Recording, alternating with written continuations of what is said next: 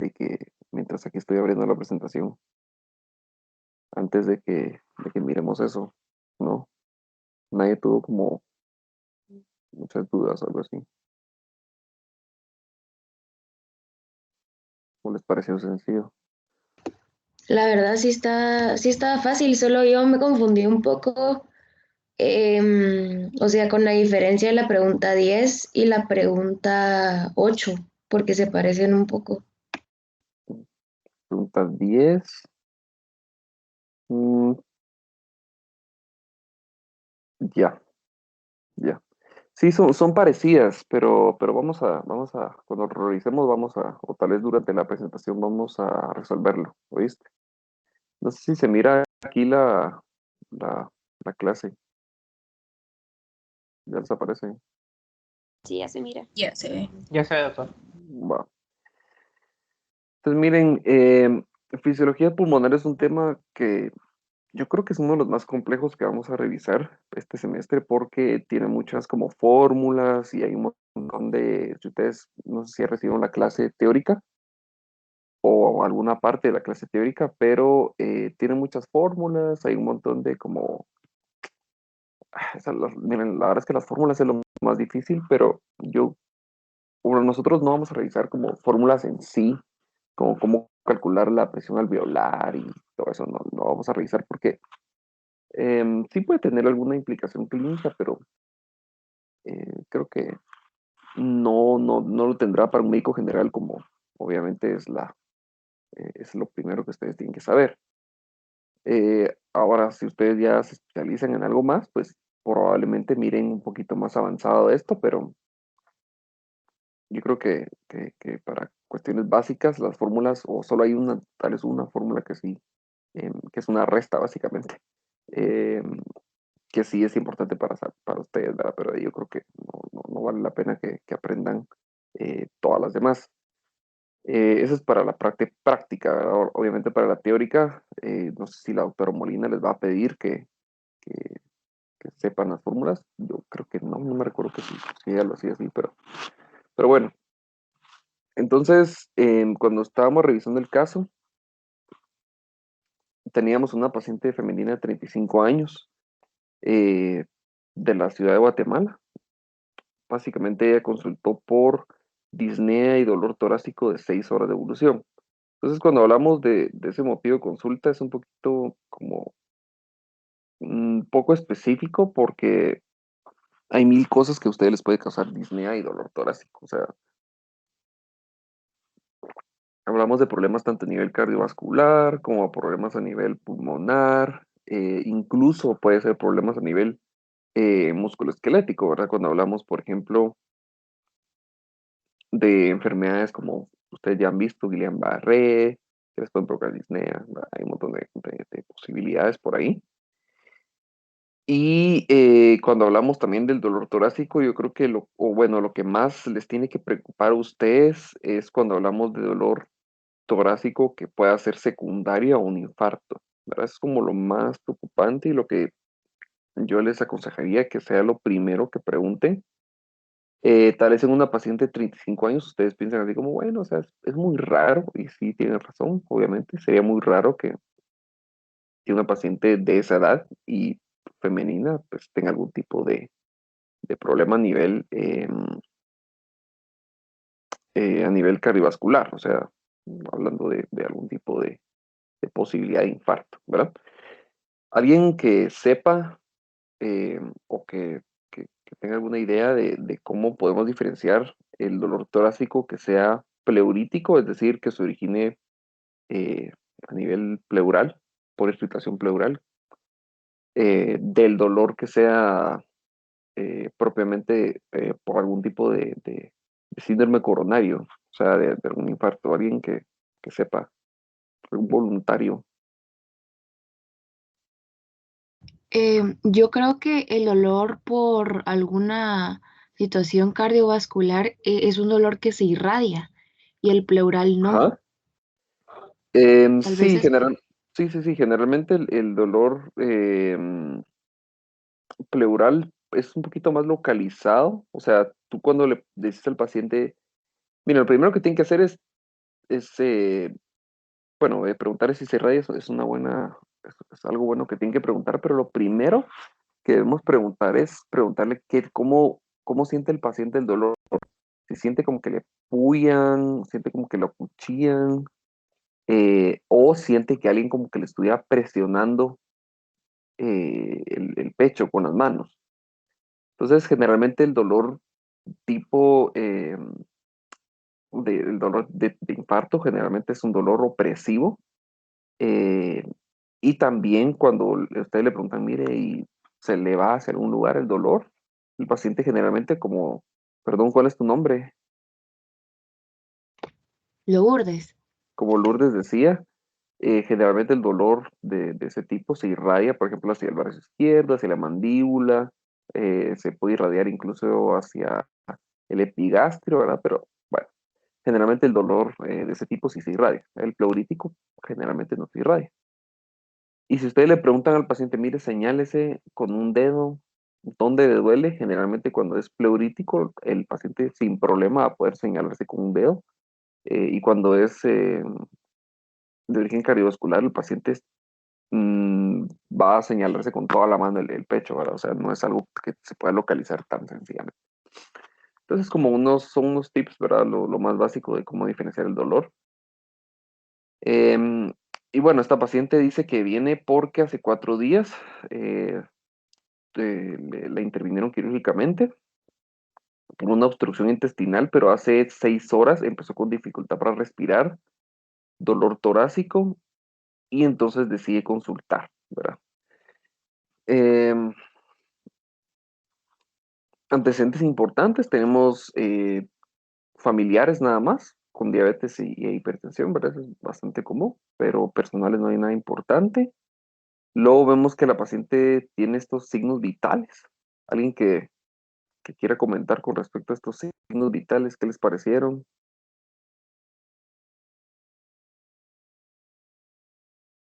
Yo creo que no, ¿saben qué voy a hacer? Bueno, ahorita Yo no, creo ¿verdad? que, Perdón, ujú. disculpa, ahorita no, pero cuando puedan, manden sus grupos al grupo de WhatsApp, manden como yo estoy en el grupo de tal persona. Entonces así es más fácil que yo les pregunte, porque por ejemplo puedo preguntar así como el grupo de tal persona que piensa de esto, o no sé. Que hace mucho más sencillo. Entonces cuando puedan, mándenlos la organización como la tienen. Yo creo que a ustedes no se las pedí. A la otra subsección, me recuerdo, tampoco se las pedí. Bueno, pero cuando puedan, mándenlo. ¿Qué ibas a decir? Disculpa. Sí, que creo que la presión está un poco baja y la frecuencia Ajá. respiratoria está alta. Sí, la presión está como limítrofe, ¿verdad? Está un poquito baja. La frecuencia respiratoria, tenés razón, sí, está taquipnéica esta paciente. ¿Y qué opinas sobre la frecuencia cardíaca?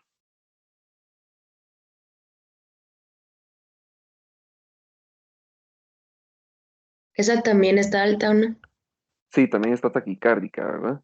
Entonces tenemos una Sí, claro. paciente con recuérdense que la frecuencia cardíaca normal es de 60 a 100. Entonces tenemos una paciente con 115, está pues significativamente elevada.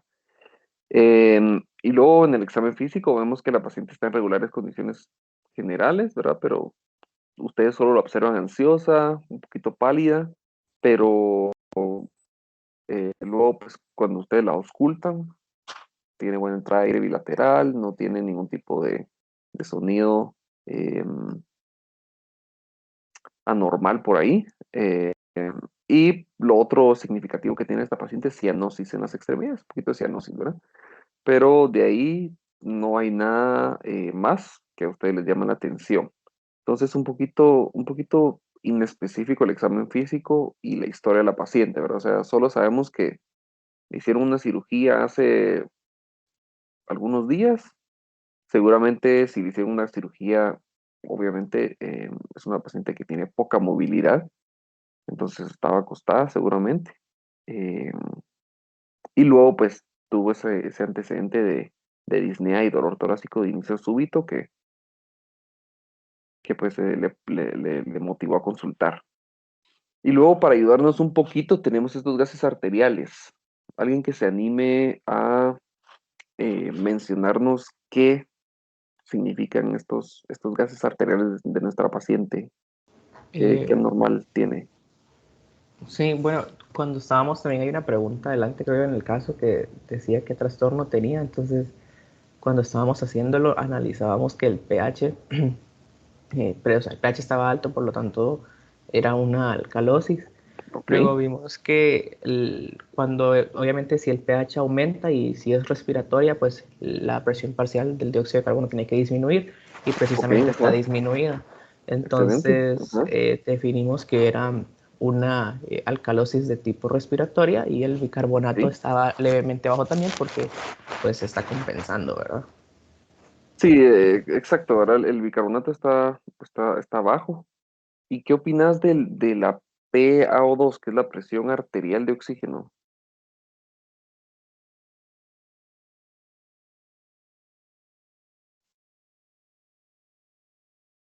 Esta también creo que está levemente baja también. Sí, está como al límite, ¿verdad? Yo aquí la puse levemente baja, pero en esta paciente podría estar más baja, ya veremos más adelante por qué, ¿verdad? Pero sí, definitivamente está como al límite, ¿va? Em, bueno, vamos a avanzar. Alguien que quisiera decir qué podría tener esta paciente. Después lo vamos a revisar más adelante, pero alguien que se anime a decirnos algún tipo de diagnóstico, así como, bueno, yo creo que ya tiene esto, o creo que está pasando esto. Alguien que,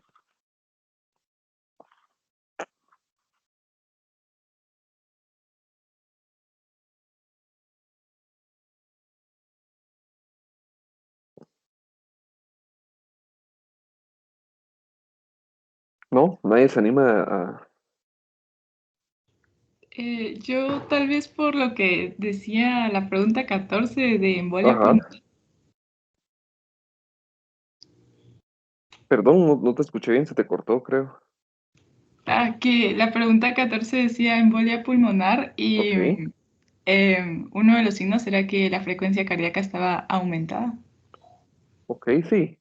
¿Y leíste algo sobre embolia pulmonar? Algo que, digamos, tú cuando pensaste que era eso, ¿por qué razón dijiste, este caso seguramente es eso? Por la frecuencia cardíaca es una buena observación, pero tú puedes ver taquicardia, perdón, lo puedes ver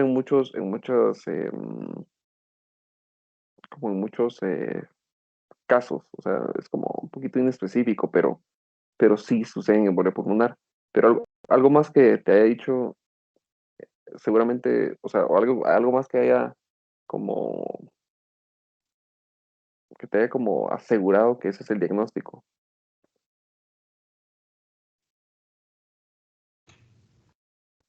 Eh, no. ¿no? Ah, Los tal vez la niveles de frecuencia oxígeno, ¿no? respiratoria. Perdón. Los niveles de oxígeno. Sí, que esté un poquito hipoxémica, podría también, o también es uno de los signos importantes, Y que la también, frecuencia respiratoria también. también los pacientes con embolia pulmonar se suelen presentar taquipnéicas y por lo tanto con alcalosis respiratoria, como ya vimos en los gases arteriales. ¿Algo más? Tal vez por las causas de la embolia pulmonar, porque la paciente había ¿No? estado en una operación hacía, ¿qué creo que? Bueno, no sé si era ese, pero pues no había, sí había estado en una Sí, operación hacía 4 días o 5, si no estoy mal. ajá, Entonces, parte de las causas de la embolia pulmonar es que el paciente está en una misma posición durante mucho tiempo, entonces eh, se pueden crear coágulos, entonces el flujo sanguíneo se va a poner exacto. lento y pues eso es de los factores, bueno, también el factor de riesgo puede ser enfermedades renales o en este caso pues la cirugía, ¿verdad? Sí, cuando ustedes hablan miren, cuando hablamos de embolia pulmonar, vamos a hablarlo rapidito ahorita, porque no es como el objetivo de la clase, hablar de la enfermedad, pero es un diagnóstico que tienen que tener ustedes mucha sospecha porque se presenta con varios tipos, o sea, mejor dicho, se presenta con síntomas muy inespecíficos. Entonces, ustedes, como yo les decía, ustedes pueden ver taquicardia en muchos pacientes, pueden ver hipoxia en muchas causas, pueden ver dolor torácico en un montón de causas también. Pero hay una forma que se inventó, bueno, hace rato ya, ¿verdad? Pero es algo que los puede ayudar o los puede orientar cuando ustedes sospechen de una embolia pulmonar y es utilizar unos criterios que se llaman criterios de Wells. No sé si alguien los leyó por ahí. Es WELLS. Entonces, esos criterios de Wells nos ayudan a nosotros a ver qué tan probable es que nuestro paciente o nuestra paciente tenga embolia pulmonar. Entonces, una de las, recuérdense de la tría esta de la coagulación, de la que es hipercoagulabilidad, o no me recuerdo si es la coagulación, donde hablamos de éstasis, lesión endotelial, ¿verdad? E hipercoagulabilidad. Entonces, como parte de los criterios de Wells, por ejemplo, está a ver si el paciente tiene antecedentes de cirugía reciente. ¿Por qué? Porque los pacientes están acostados en la cama y si están acostados en la cama, obviamente hay éstasis eh, de la sangre, ¿verdad? O sea, es como, generalmente en los miembros inferiores, la sangre está como toda como con éxtasis ahí, entonces obviamente es más fácil que se formen coágulos. Eh, También mencionan la taquicardia, también son los criterios, por ejemplo. También mencionan la capacidad respiratoria, mencionan otro tipo de criterios por ahí. Y son cosas que nos ayudan a nosotros a decir, bueno, esta paciente seguramente tiene o no tiene embolia pulmonar. Y obviamente parte, o la idea de estos criterios es que nos orienten a qué pruebas diagnósticas vamos a poder realizar para confirmar el diagnóstico. Entonces, revísenos, ¿verdad? Más tal vez al final de la clase o si quieren revisarlos de una vez, pero generalmente esos criterios, ustedes se dan cuenta, esta paciente seguramente va a cumplir varios de ellos, ¿verdad? Entonces vamos a platicar más adelante porque esta paciente está con esa pues, leve hipoxemia, pero antes vamos a pasar a la definición de estos tres términos. Entonces tenemos la hipoxemia, que es la disminución de la cantidad de oxígeno en la sangre, ¿verdad? Recuerden el sufijo emia, para que significa sangre. Luego tenemos la hipoxia, que es la disminución de oxígeno hacia los tejidos. Em, Miren, generalmente utilizamos los dos términos, hipoxia y hipoxemia, como lo mismo, pero no son lo mismo, pero para cuestiones, para simplificarlo, se utilizan como sinónimos. Em, Y luego tenemos la isquemia, que es prácticamente la disminución del flujo de sangre hacia algún tejido. Obviamente, si disminuye el flujo sanguíneo hacia algún tejido, disminuye la cantidad de oxígeno que se le lleva al tejido y también la cantidad de nutrientes y electrolitos, etcétera, etcétera, ¿verdad? Entonces, cuando hablamos de isquemia, ahí va metido también el término de hipoxemia para ese órgano específicamente, ¿verdad? Entonces, cuando hablamos de la presión barométrica, ustedes seguramente leyeron que la presión barométrica es de 760 milímetros de mercurio, pero esta presión barométrica tiene la presión de varios gases. Tiene nitrógeno, tiene oxígeno, tiene argón y tiene dióxido de carbono.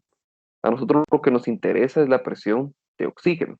Entonces, de estos 760, nosotros lo que hacemos es sacar la presión parcial de oxígeno. Entonces es como la cantidad de oxígeno que está disuelto en el aire inspirado.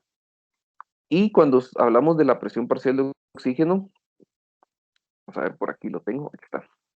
Nuestra presión parcial de oxígeno es de 160. Entonces cuando ustedes inspiran, generalmente lo que entra a la tráquea, pero lo que entra en las vías respiratorias superiores, que es la nariz y la faringe, etcétera, es de 160. Sin embargo, ese 160 eh, se disminuye a 150 porque el aire se humidifica en nuestras vías aéreas. Entonces, miren, ¿de dónde obtuvimos ese 160? Ese 160 se obtuvo de los 760 que tenemos nosotros de presión atmosférica por 0.21, que es el porcentaje de oxígeno que hay en estos 760 milímetros de mercurio. Entonces, obviamente ahí obtuvimos ya el 160. Cuando llegamos de las vías respiratorias, tráquea, bronquios, etcétera, hasta el momento que llegamos al aire alveolar, la presión disminuye aún más y vamos a tener una presión alveolar de oxígeno de 100. Es decir, aquí tenemos 100 milímetros de mercurio de oxígeno. Obviamente estos 100 milímetros de mercurio, cuando los intercambiamos o cuando los ingresamos del alveolo al capilar, tienen que pasarse prácticamente los 100 milímetros de mercurio y por lo tanto cuando medimos nosotros eh, la sangre, perdón, la presión arterial de oxígeno, es decir, propiamente ya en la sangre arterial, debemos de obtener un valor cercano al 100 también, ¿verdad? Entonces, obviamente, si tenemos un valor de 90, pues es normal, pero ya de 80 para abajo, sí, ya está un poquito bajo.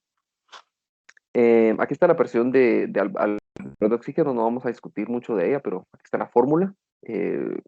Básicamente la presión alveolar de oxígeno debería ser de 100. Obviamente, si nosotros vamos a lugares de mayor altura, esa presión alveolar que llega a nuestros alveolos va a ser un poquito más baja, pero porque hay menos oxígeno mientras más altura. O sea, obviamente estamos parados en el Everest, va a haber mucho menos oxígeno que si estamos a nivel del mar. Ahorita vamos a ver una. Recuérdense que esta es la barrera alveolo capilar, y esta barrera alveolo capilar es prácticamente, o los gases, el CO2 y el oxígeno pueden pasar libremente a través de esta barrera. O sea, nosotros, si ustedes tienen, por ejemplo, aquí, dentro del alveolo 100 de oxígeno, ustedes deberían tener también 100 de oxígeno a nivel del capilar. O sea, debería pasar, no es como que solo pase una parte o pase muy lento, no, tiene que pasar todo.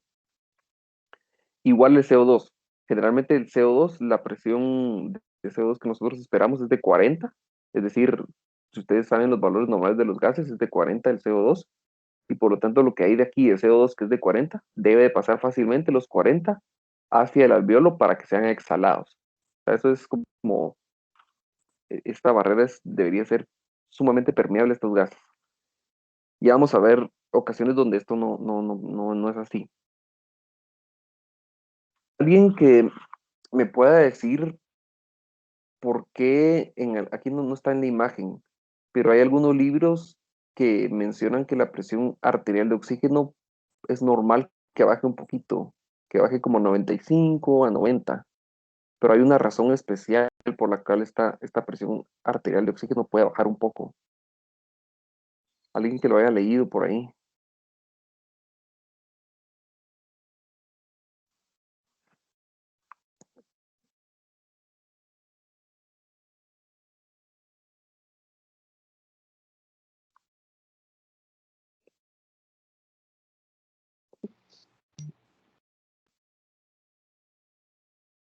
¿No?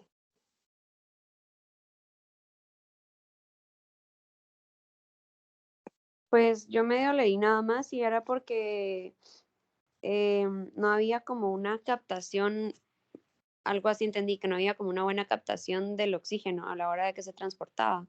Una buena captación del oxígeno. Ajá, y que por lo mismo es que baja un poco la presión arterial de oxígeno. No es por una buena captación, es por otra razón. ¿Alguien que tenga otra opinión por ahí?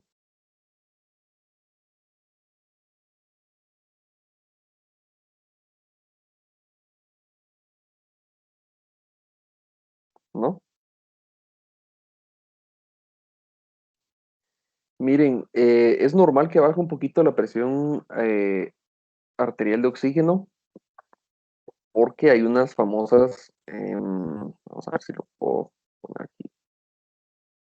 No es como con las diferentes zonas que existen, donde hay diferencias de las presiones. Zona de Cap, Em, creo que.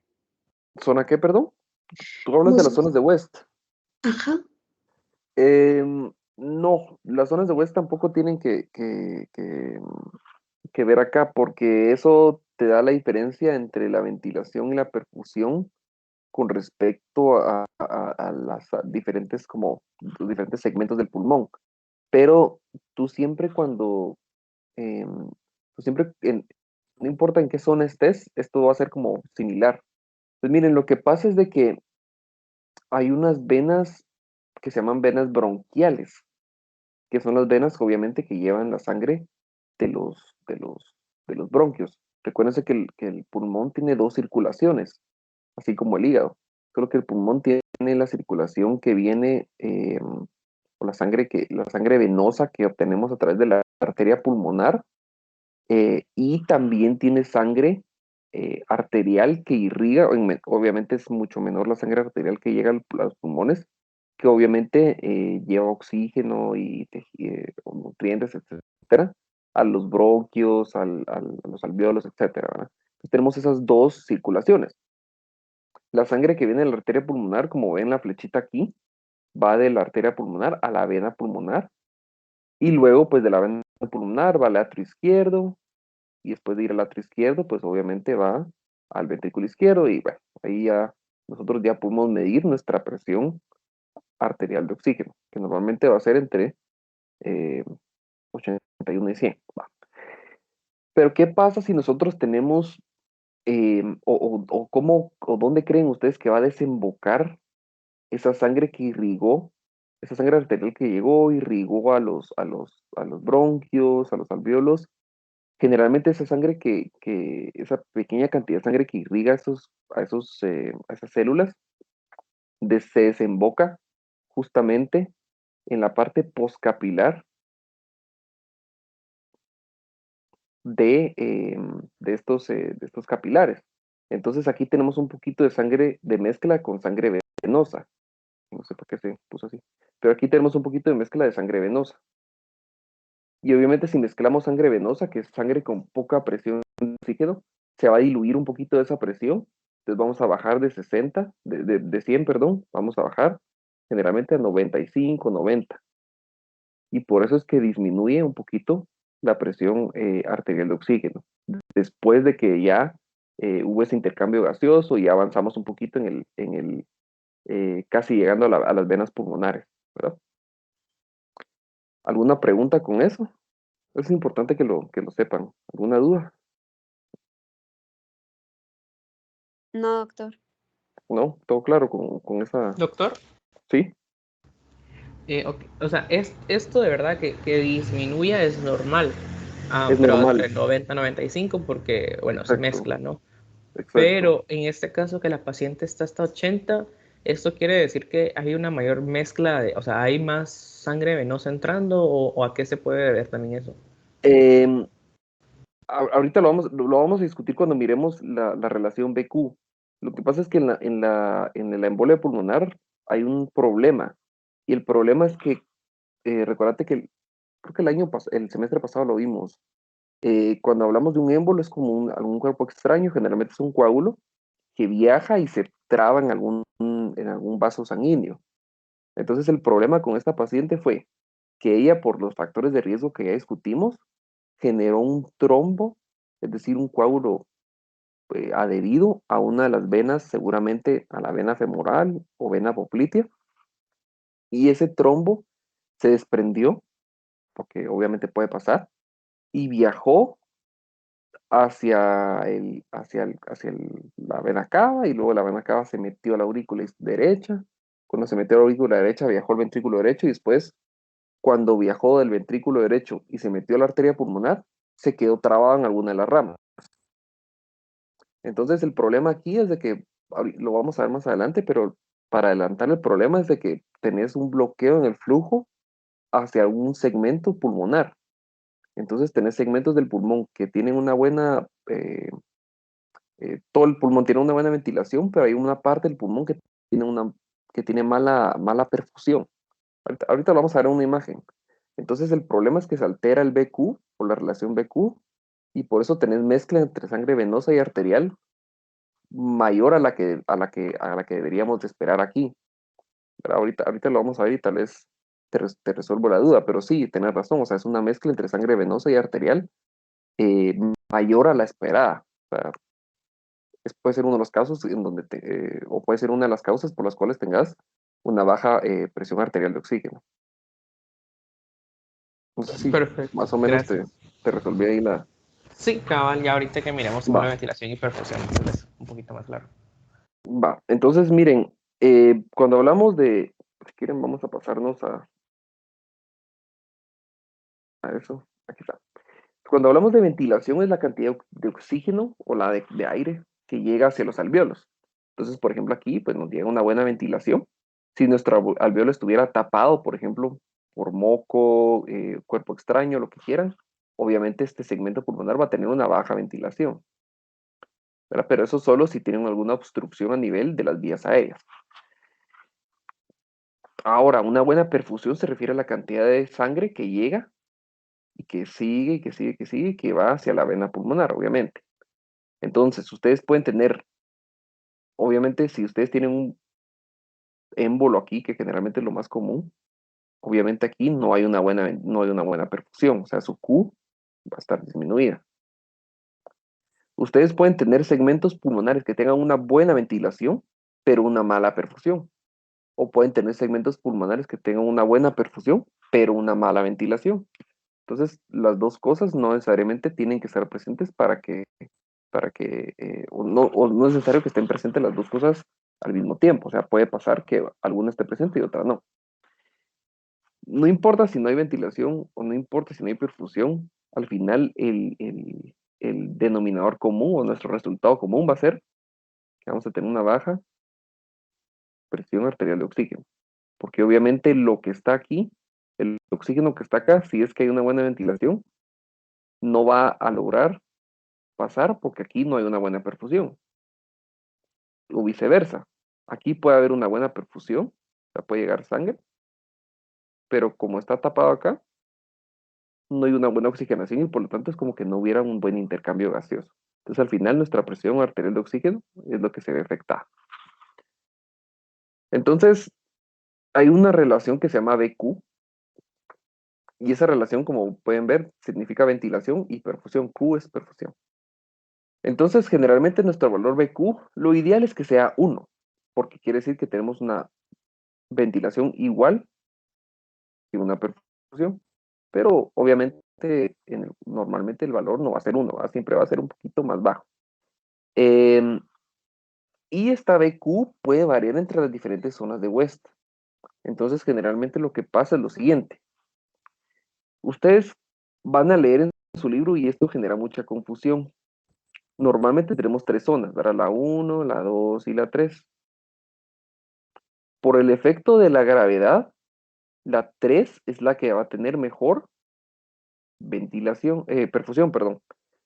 Va a tener mejor perfusión porque la sangre, cuando ustedes están de pie, generalmente hablamos de un paciente que está parado. Si está acostado es diferente, pero si está parado, generalmente el efecto de la gravedad hace que la sangre vaya hacia los segmentos o las bases de los pulmones y por lo tanto la perfusión siempre va a ser mejor aquí.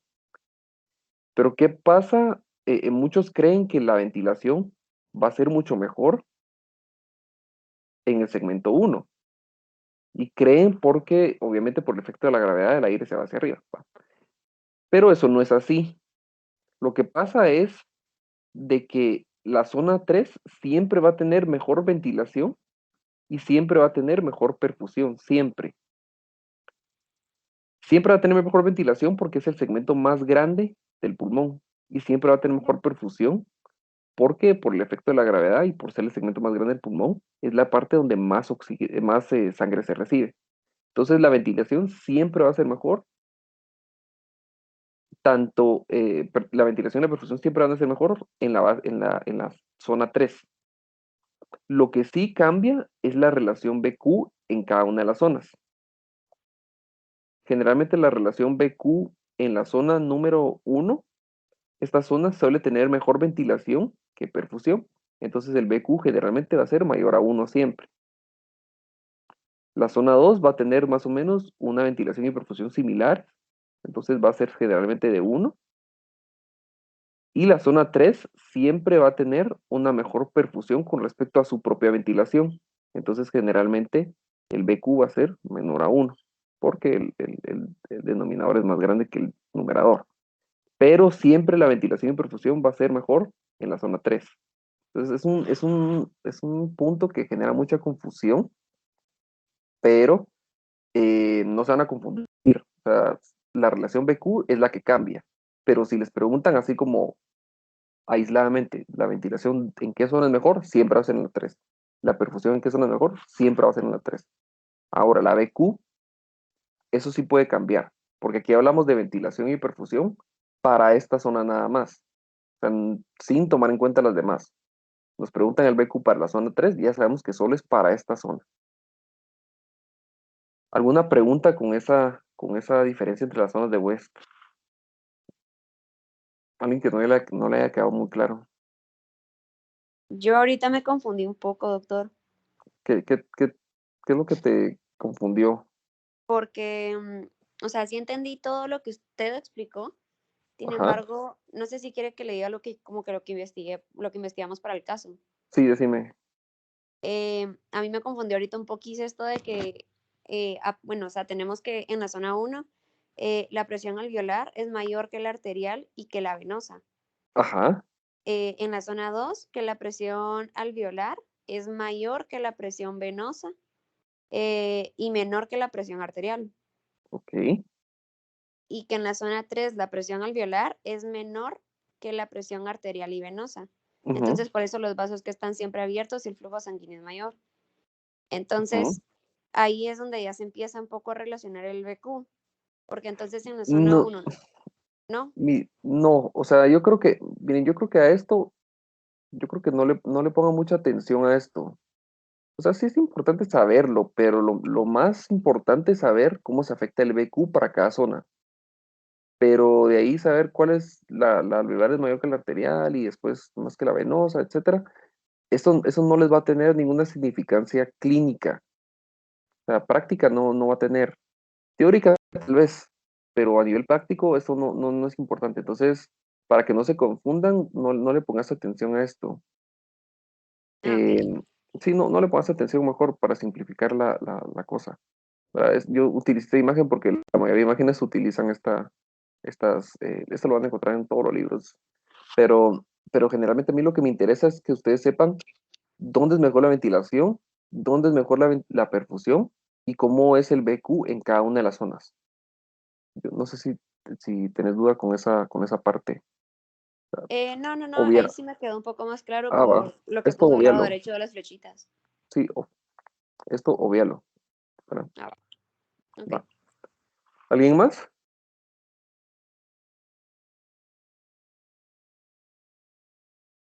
¿No? Va. Pues miren, Doctor, esto, sí, decime. perdón, ese no enseña el micrófono. Pero, ok, entonces solo para aclarar, ¿Mm? ya sabemos de que la ventilación y la perfusión como o sea, por separado, sabemos de que Ajá, es mejor en la zona 3, pero ahora si sí, ya hacemos la relación de ventilación-perfusión, pues va a variar en cada uno, ¿verdad? Por exacto, decirlo así. exacto. Ah, ok, ok. Entonces Sí, ya. ya la relación BQ, o sea, la relación, por ejemplo, si tú hablas de la relación BQ en la zona 1, va a ser diferente que la relación BQ en la zona 2. Es decir, tu ventilación en la zona 1 comparado con tu perfusión en la zona 1 va a ser distinta. ¿Por qué? Porque generalmente en la zona 1 tú tienes una mejor perfusión, perdón, tú tienes una mejor ventilación que perfusión, aunque la ventilación siempre sea menor al compararlo con la zona 3. Pero la relación entre los dos solo la estás tomando en cuenta para esa zona específicamente. Entonces, por eso es que les aclaré que no se van a confundir. Entonces, miren, aquí hay un ejemplo, por ejemplo, de perfusión sin ventilación. Entonces, por ejemplo, hablamos de cómo aquí tenemos una buena perfusión, si nos damos cuenta, pero nuestra ventilación es mala. O sea, aquí tenemos un tapón y obviamente nuestro oxígeno aquí va a estar bajo. Entonces, aquí nosotros entramos con 40 milímetros de mercurio de oxígeno y lo queremos subir obviamente a 100, vamos a salir con los mismos 40, porque no tenemos oxígeno para poder meter acá, o sea, no hay nada. Va. Generalmente aquí la relación BQ es de 0, ¿verdad? Porque tenemos 0 oxígeno y pues tenemos algún valor por aquí de perfusión, pero nos va a dar 0. Aquí tenemos un ejemplo de ventilación sin perfusión. Aquí nosotros tenemos una buena cantidad de oxígeno, pero el problema es que no tenemos un buen flujo sanguíneo. Entonces podemos tener 1000 aquí de presión alveolar de oxígeno, pero no nos va a servir de nada porque no hay sangre para oxigenar. Aquí generalmente esto se llama relación BQ de infinito, porque tenemos 0 perfusión y tenemos, póngale un número cualquiera, 3 de ventilación. Entonces cuando tratamos de dividir así, dentro de 0, entonces no nos sale infinito.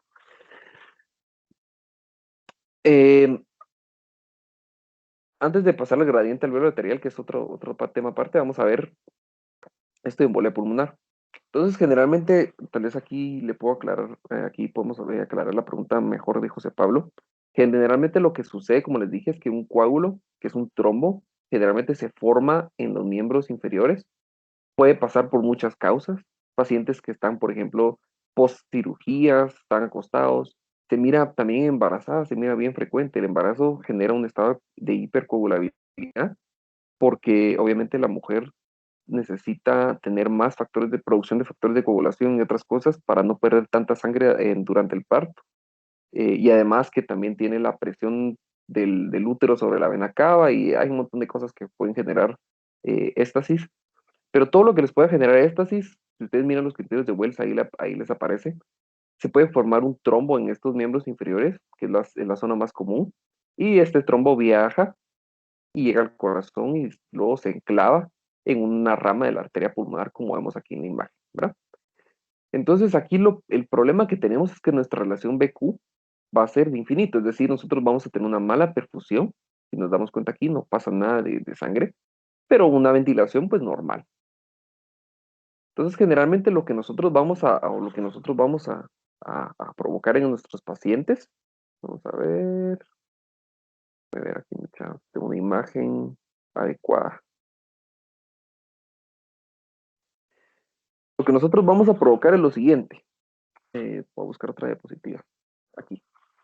Entonces imaginemos que nosotros tenemos aquí los 2 pulmones. Lo vamos a dibujar. Súper sencillo. Tenemos aquí los 2 pulmones.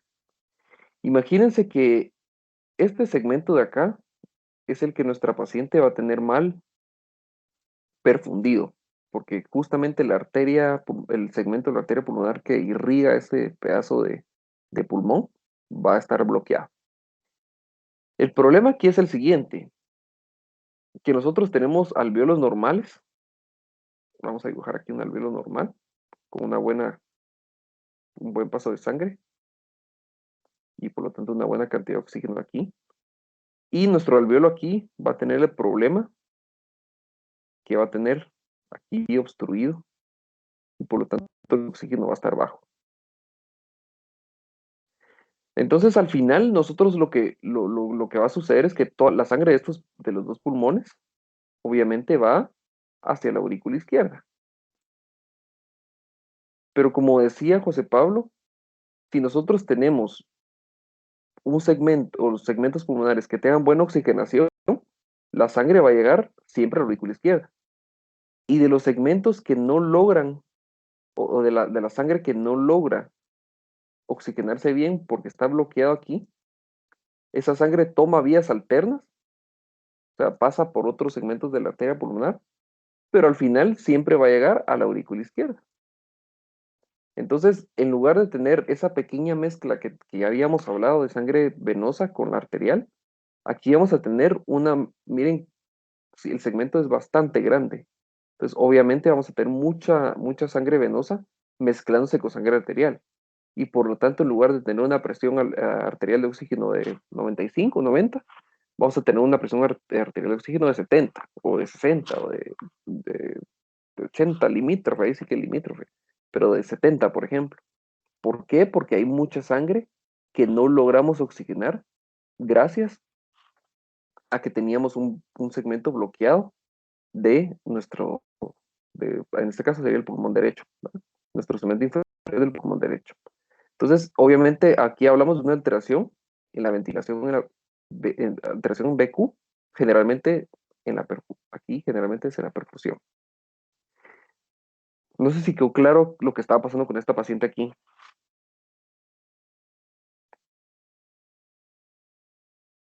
Sí, doctor.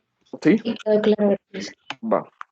Entonces, generalmente eso es lo que sucede con estos pacientes y obviamente lo que tenemos que hacer es tratar de anticoagularlos, es decir, evitar que se formen más de estos coágulos. Y en algunos casos, si es muy severa la embolia, entonces se puede llegar a quitar el coágulo quirúrgicamente, ¿va? Pero esto es un poquito más complicado. Bueno, ¿por dónde íbamos?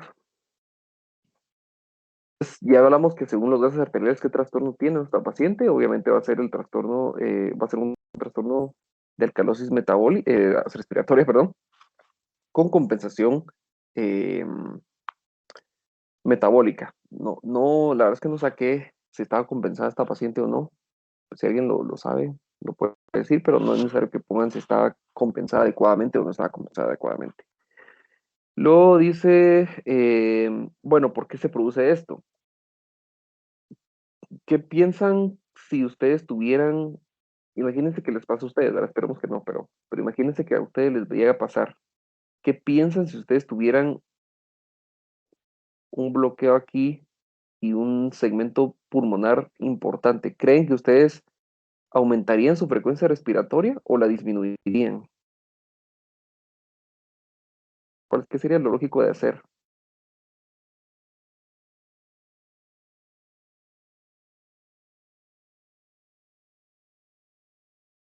Aumentarla. Aumentarla. Aumentarla, ¿va? Porque porque el cuerpo lo que dice es, bueno, o sea, tengo un segmento pulmonar él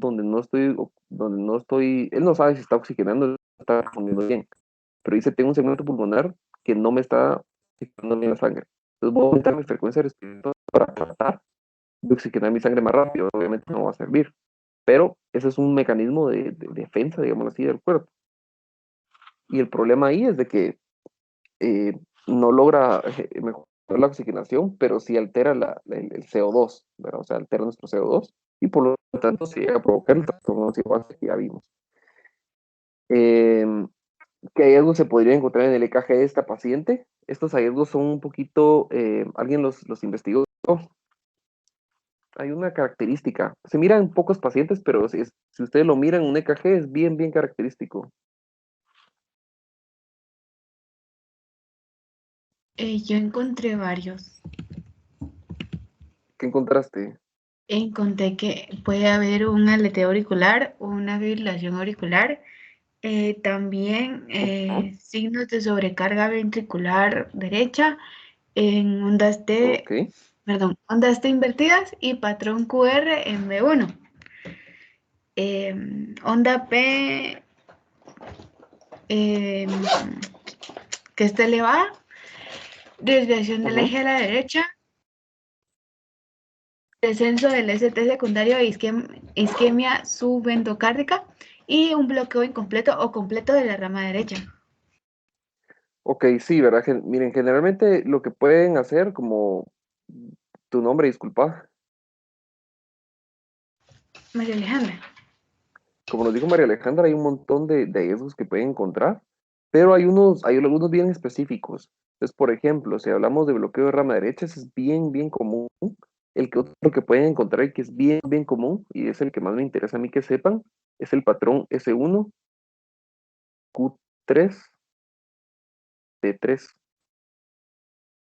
Esto lo que quiere decir es lo siguiente. En la derivación 1 ustedes van a ver una S prominente. Entonces aquí una S prominente. En la derivación 3 ustedes van a ver una Q prominente. Más o menos es lo mismo, ¿va?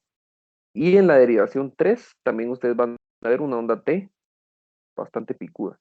Entonces esa es como la característica. Generalmente no es necesario que ustedes lo encuentren en el EKG, pero puede ser que en algún momento ustedes lo vean y digan, ah, sí, ¿verdad? Aquí. Recuérdense siempre de ese como de esa como frase, S1, Q3, T3. Eso es lo que pueden encontrar en un EKG, pero no se miran todos los pacientes, ¿verdad? Se miran algunos.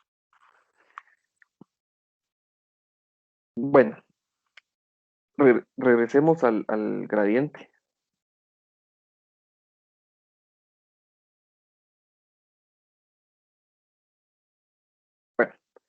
Pues miren, nosotros tenemos la única fórmula que yo les voy a pedir que se aprendan es una que se llama gradiente alveolar arterial.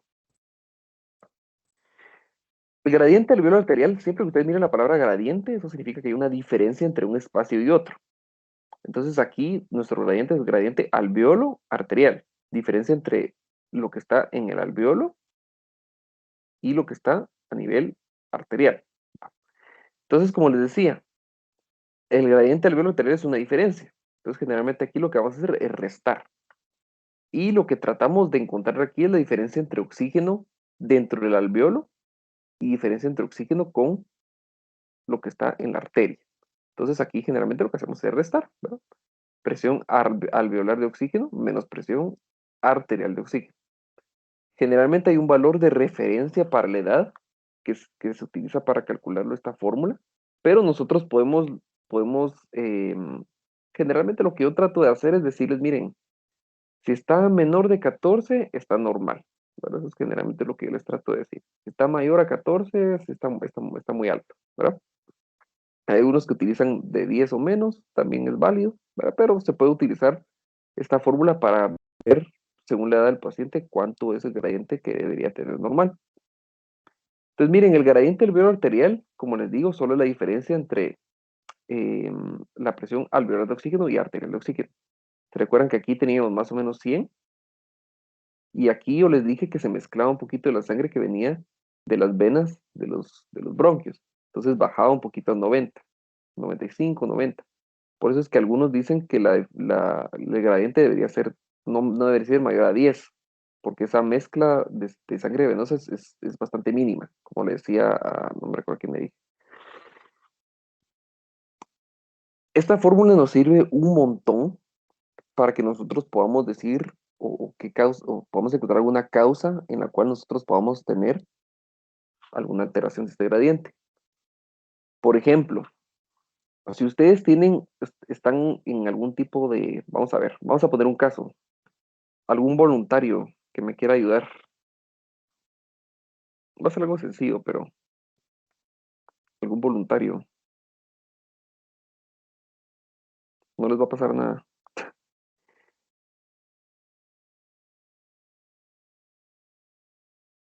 Y yo, Va. ¿Cuál es tu nombre? María Alejandra. Va, María Alejandra. Imagínate que tú estás escalando y escalas hasta el monte, hasta aquí. Aquí estás tú. Va. Obviamente, cuando estás en una altura tan elevada, la cantidad de oxígeno que está en el ambiente va a ser mucho menor. Entonces tú, en lugar de tener 100 de presión alveolar de oxígeno, vas a tener 80.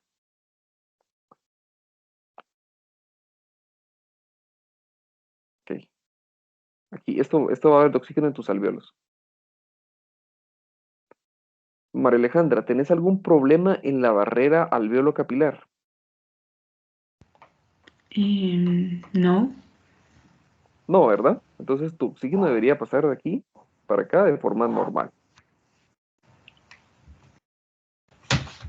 Y si tú mezclas aquí la sangre de las venas bronquiales, ¿a cuánto máximo debería bajar tu 80 que tenés acá? Em, Recuérdate que la mezcla es mínima. ¿A cuánto debería bajar? Alguien que ayude a María Alejandra. Máximo 70, ¿no? A máximo 70, ¿va? Pues pasas a 70. Ahora, María Alejandra, ¿cuál va a ser tu gradiente aquí? ¿Cuál va a ser tu resta?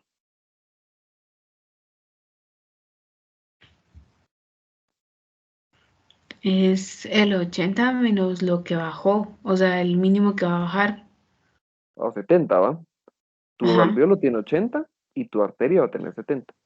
Y eso te da 10. 10, ¿va? Sí. ¿Cómo está tu gradiente aquí? ¿Normal, bajo, elevado? ¿Cómo estará? Va a estar un poquito bajo. O Va no, a estar, no. va a estar normal. Recuérdate que aquí vimos que nuestro valor normal va a ser no más de, siempre tiene que ser menor a 14. Ah, ok, Y aquí sí. tenemos 10, o sea, está menor a 14. Entonces va a estar bien. La idea aquí es enseñarles a ustedes que siempre que ustedes tengan íntegro este segmento, siempre que ustedes tengan íntegro la barrera alvéolo capilar, su gradiente siempre, siempre, siempre va a estar normal. Pero ustedes pueden estar en un lugar donde obviamente aquí vas a tener hipoxia, obviamente, ¿verdad? O hipoxemia, perdón, porque tienes una baja cantidad de PaO2, pero tu gradiente va a estar normal porque el problema no es aquí. Si el problema fuera en esta parte de acá, tú tendrías aquí una buena cantidad de oxígeno en tu alvéolo, pero el problema no es aquí, entonces tu gradiente va a estar siempre normal. Hipoventilación también se puede ver en pacientes con sobredosis, por ejemplo, de opioides, aquellos pacientes que se meten heroína y, bueno, disminuye su frecuencia respiratoria. Esos pacientes también llegan a tener una baja cantidad o van a estar hipoxémicos, pero porque la cantidad de oxígeno que llega al alvéolo es baja. Y si ustedes le sacan el gradiente de alvéolo arterial a esos pacientes, va a estar normal, porque ellos no tienen ningún problema en esta membrana, o en esta barrera alvéolo capilar. Ahora, si ustedes, aquí está el ejemplo, ¿verdad? Pero ahora, si ustedes vienen y, por ejemplo, vamos a ver, en nuestra paciente anterior, vamos a ver, nuestra paciente anterior, algún otro voluntario.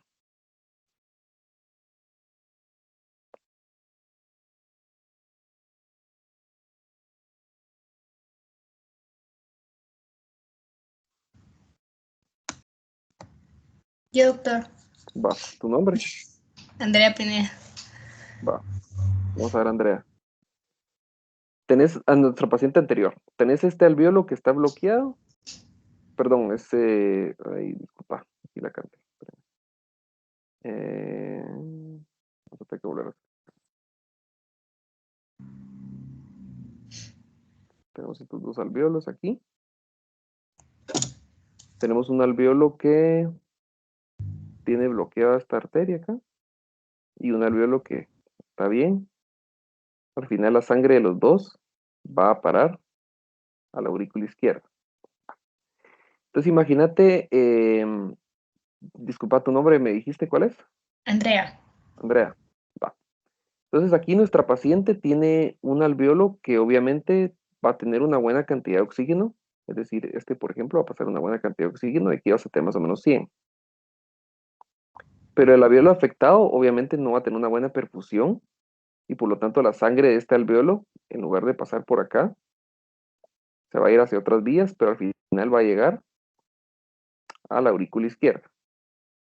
Pero obviamente aquí vas a tener una presión alveolar de oxígeno arterial de oxígeno de 40. Si tú mezclas estas dos presiones, Andrea, de 100 y 40, tu sangre que llega a la aurícula izquierda y por lo tanto la sangre que vas a tener en todas las arterias va a diluirse y va a ser, por ejemplo, más o menos, pongámosle un número, pongámosle 60. ¿Cómo crees que va a estar tu gradiente en esta paciente? Aquí vas a tener 100 de alvéolo y aquí vas a tener 100. ¿Cómo va a estar tu gradiente? No se podrá realizar el intercambio de gases, entonces, no sé, disminuido. Vamos a ver, ¿te recuerdas la fórmula del gradiente, va? Sí, aquí la tengo. Es la resta, nada más. Ajá, Va. ¿Cuál es tu ajá, presión alveolar de oxígeno? 100, Va, 100. ¿Y tu presión arterial de oxígeno? 60 o 40, 60, ¿va? 60, 60. 60. Porque recuérdate que esto también se mezcló con esto y obviamente hay otros segmentos que se mezclaron y bueno, 60. ¿Cuánto te hace resta? 40, 40, ¿va? ¿Cómo está tu gradiente? ¿Alto? ¿Normal? dijo que menor a 14 era normal, entonces no, Ajá, no es normal. está alto, ¿va? Sí. Entonces, en esta paciente vemos que nuestro gradiente también va a estar elevado. Aquí el problema va a ser un mismatch del BQ. Es decir, tenemos unos segmentos pulmonares con buena ventilación y perfusión, pero otros que tienen mala perfusión, en este caso, por ejemplo, ¿verdad? Entonces, como podemos ver aquí, nuestra cantidad de oxígeno que llega a los alveolos es normal, pero unos segmentos alveolares tienen una mala perfusión y por lo tanto no se oxigenan bien. Y esa sangre, como dijo José Pablo, se mezcla con la sangre que está bien oxigenada y nos va a disminuir nuestra cantidad de sangre de PaO2 que nosotros vamos a encontrar en las arterias. Entonces puede ser una causa. Otra causa no sé si nos queda mucho tiempo, pero antes de terminar, otra causa que puede suceder es que tengamos una limitación en la difusión. Esto se mira mucho en pacientes con fibrosis pulmonar, en donde nosotros tenemos, por ejemplo, un alveolo aquí y un capilar acá, normal, pero estos pacientes tienen mucho daño pulmonar hay muchas patologías que se lo pueden provocar a uno, pero si ustedes se dan cuenta en estos pacientes, ellos tienen demasiado colágeno depositado aquí. Entonces el paciente puede tener 100 de presión alveolar de oxígeno o 1000 si quieren, que esos 1000 no van a lograr pasar acá. Entonces en lugar de pasar 100 acá, van a pasar unos 60. Entonces si ustedes hacen la resta igual aquí, 100 menos 60 les va a dar 40 de, de gradiente. Pero el problema es en pacientes con fibrosis, el problema es en la membrana, es en la barrera alveolo capilar. Y luego hay shunts de derecha a izquierda, eso quiere decir mezcla de sangre venosa con sangre arterial, y eso lo pueden ver en pacientes con problemas cardiovasculares. Entonces, por ejemplo, ustedes pueden tener pacientes con comunicaciones, tienen que ser cianóticas las patologías, entonces hablamos de tetralogía de Fallot o hay otras patologías por ahí, donde ustedes pasan sangre del ventrículo derecho, que obviamente tiene bajo oxígeno, al ventrículo izquierdo, que tiene alto oxígeno. Entonces su paciente va a tener normal todo esto, pero la sangre que ustedes van a medir, que está en la arteria radial, por ejemplo, va a estar con baja cantidad de oxígeno, porque la sangre del ventrículo derecho se mezcló con la del izquierdo, y obviamente eso se va hacia la aorta, y bueno, ya saben todo el resto de las vías. Entonces, el gradiente en estos pacientes, ustedes van a medir su presión alveolar, va a ser de 100, pero cuando miden su presión arterial de oxígeno, van a tener 50, por ejemplo. Entonces, cuando sacan el gradiente, 100 menos 50, el 50 está elevado, ¿verdad? Entonces, puede ser todo lo que afecte desde la membrana alveolo capilar hacia abajo, es decir, que esté alterada la perfusión, que hay un shunt de derecha a izquierda, que hay un BQ mismatch, como acabamos de ver en nuestra paciente, todo lo que esté a partir de esa membrana que se ve afectado puede afectar el gradiente alveolar arterial y se los puede elevar generalmente, ¿verdad? Entonces, una fórmula bastante sencilla, pero yo aquí les estoy enseñando más básico, pero hay mucha más complejidad a esto. Pero si ustedes entienden lo que significa el gradiente alveolar arterial, no debería de complicárseles para nada entender por qué las diferentes causas les llegan a causar problemas que les puedan elevar o dejar normal el gradiente alveolar arterial, aunque el paciente esté hipóxico. ¿Alguna pregunta con el gradiente? ¿No? Yo tengo Sí, una. doctor. Vamos a ver si. Eh, con los opioides, ¿qué era lo que pasaba si no se afectaba la barrera alveolo capilar? ¿Con las qué, perdón? Ah, con las Con, anteriores. con los opioides. Ah, con los opioides.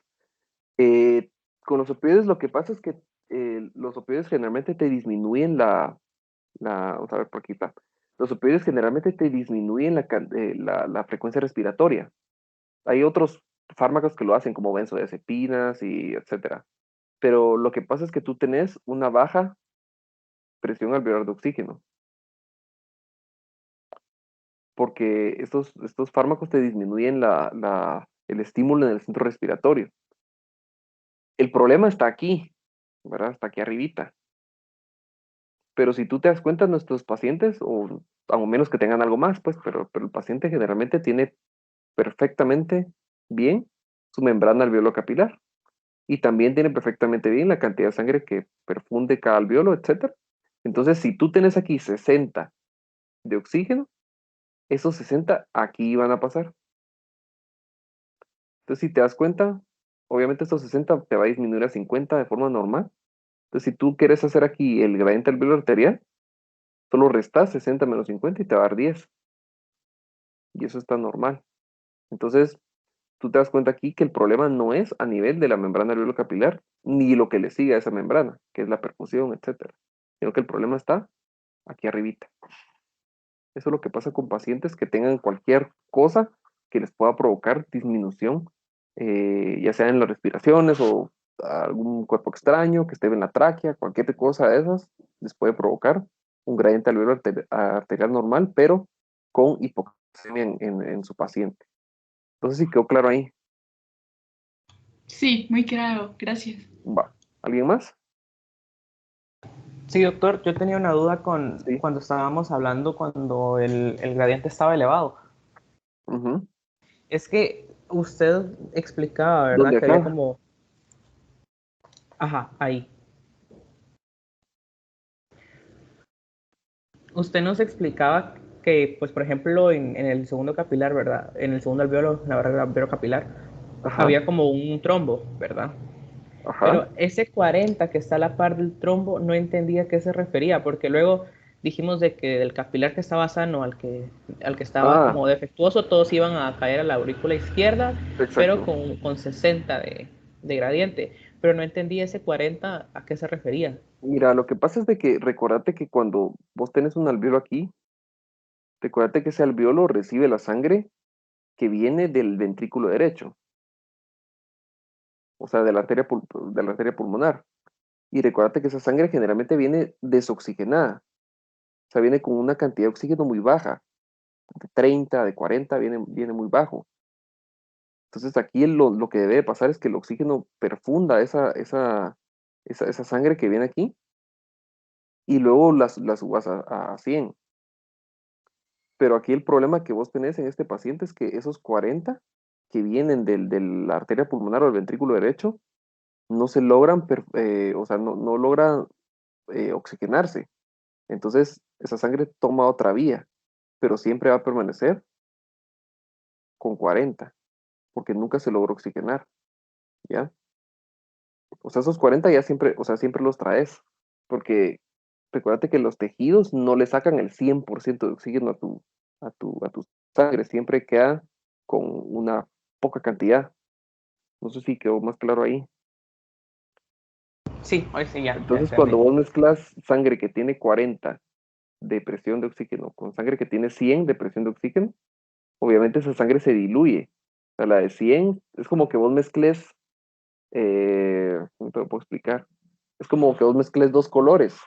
Mezclas el rojo con el amarillo, o yo qué sé, te sale otro color distinto, te sale anaranjado.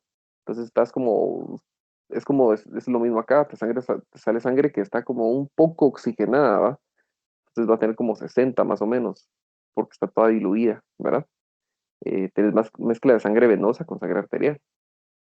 Entonces por eso es que tu oxígeno baja a 60 y cuando sacas el gradiente aquí vas a tener 100 en el alveolo, pero en tu arteria vas a tener 60, entonces tu gradiente va a estar 40, va a estar elevado. No sé si fue más fácil con esa analogía. Sí, sí, perfecto, ya Va. comprendí. O sea que bueno, obviamente, ¿verdad? 40 pues toma otra ruta para que siempre pueda llegar, ¿verdad? A la Sí, aurícula izquierda, sí, pero como no va oxigenada, por decirlo así, entonces al mezclarse con la sangre oxigenada, obviamente ya no, por decirlo así, ya no es sangre 100% de calidad, o sea, no es 100% exacto, oxigenada. Entonces al exacto. diluirse, lo único que va a aprovechar el cuerpo, por decirlo así, de oxígeno es un 60%, por ejemplo. Ajá, sí, Entonces es una ya es buena, como sí. que ese 60% es, o sea, de todo lo que del 100 que llevaba ya no es el 100 porque como ya se contaminó, digámoslo así. Ajá, se Entonces mezcló, ya exacto, es como ese 60 nada más lo que va a aprovechar. Entonces ahora me quedó más claro. exacto, exacto. Entonces sí, esa es básicamente la analogía, es mucho más sencillo. Miren, comprender exactamente cómo esta sangre que tiene 40 llega a la aurícula izquierda, miren, llega a través de otras, o sea, llega a través de otras otras partes de la arteria pulmonar. O sea, la sangre hay una redirección de la sangre, digámoslo así. Pero meterse más a eso, yo creo que no. Para simplificar, se los dejo así. Pero con que tengan ese concepto claro, yo creo que están bastante bien. ¿Alguna otra duda con eso? Yo creo que nos queda. Para tan larga, yo creo que solo nos queda lo que les decía, miren, de problemas en la barrera alveolo-capilar. Cualquier cosa que les afecte este pedazo aquí, les aumenta el gradiente. Eso lo discutimos. Esto ya lo discutimos. Fibrosis pulmonar es lo que yo les decía, ya lo discutimos. Esto es lo de cardiopatías cianóticas, cuando tienen mezcla de sangre del ventrículo derecho al ventrículo izquierdo. Obviamente aquí hay más sangre desoxigenada. Mezcla de sangre con bajo oxígeno, la sangre que tiene alto oxígeno. Lo mismo que acabamos de discutir con José Pablo, lo que pasa aquí. Mezclan sangre con poca presión de oxígeno con sangre con mucha presión. Obviamente va a bajar. Sí. Y lo último que quería hablar es la neumonía. Pues miren, neumonía básicamente se refiere a una infección. Hay neumonía por otras causas, como irritación química, etcétera, pero generalmente es por una infección. Y el problema de la neumonía es que se les altera el gradiente BQ también, pero el problema es que ustedes tienen un bloqueo, generalmente es por pus, a nivel de los alvéolos. Entonces, sus alvéolos tienen baja cantidad de oxígeno, muy baja. Entonces, el problema aquí va a ser que ustedes tienen una mala ventilación, pero su perfusión va a permanecer siempre permeable, si se dan cuenta acá. Entonces, la relación BQ generalmente es de 0. Lo mismo va a pasar que acabamos de discutir. Esta sangre venosa va a permanecer con una baja presión de oxígeno y obviamente hay segmentos pulmonares que van a estar bien, que van a llevar 100 tal vez de presión de oxígeno, pero se va a mezclar con esta sangre que tiene baja presión. Entonces generalmente la presión disminuye y bueno, lo mismo que acabamos de ver va a pasar. El gradiente se va a elevar, obviamente, y su paciente va a estar hipoxémico definitivamente. Entonces es como, al final todas, si se dan cuenta, solo es como entender bien qué se está bloqueando, qué se está alterando, y entonces nosotros ya podemos deducir, bueno, nuestro BQ va a estar así, nuestro gradiente va a estar normal o va a estar elevado, dependiendo obviamente de la causa que estén viendo. Entonces yo creo que ya no lo voy a prolongar más, para que no va a hacer mucho. No sé si alguien tiene alguna pregunta. Doctor, ¿Sí? yo no sé si me pudiera quedar al final de la clase, que le quiero decir algo. Va, está bueno. Gracias. ¿Alguien que tenga alguna duda? Doctor, ¿usted cree que nos va a compartir esa presentación? Sí, o bueno, esperen, no sé si... ¿Saben qué? Grabaron la clase. Va. Miren, generalmente las presentaciones yo no las subo, pero si les queda la clase grabada, ustedes generalmente lo ven ahí otra vez. Eh, entonces, si lo tienen ahí grabado, no hay problema. Va, gracias. ¿Alguna otra pregunta?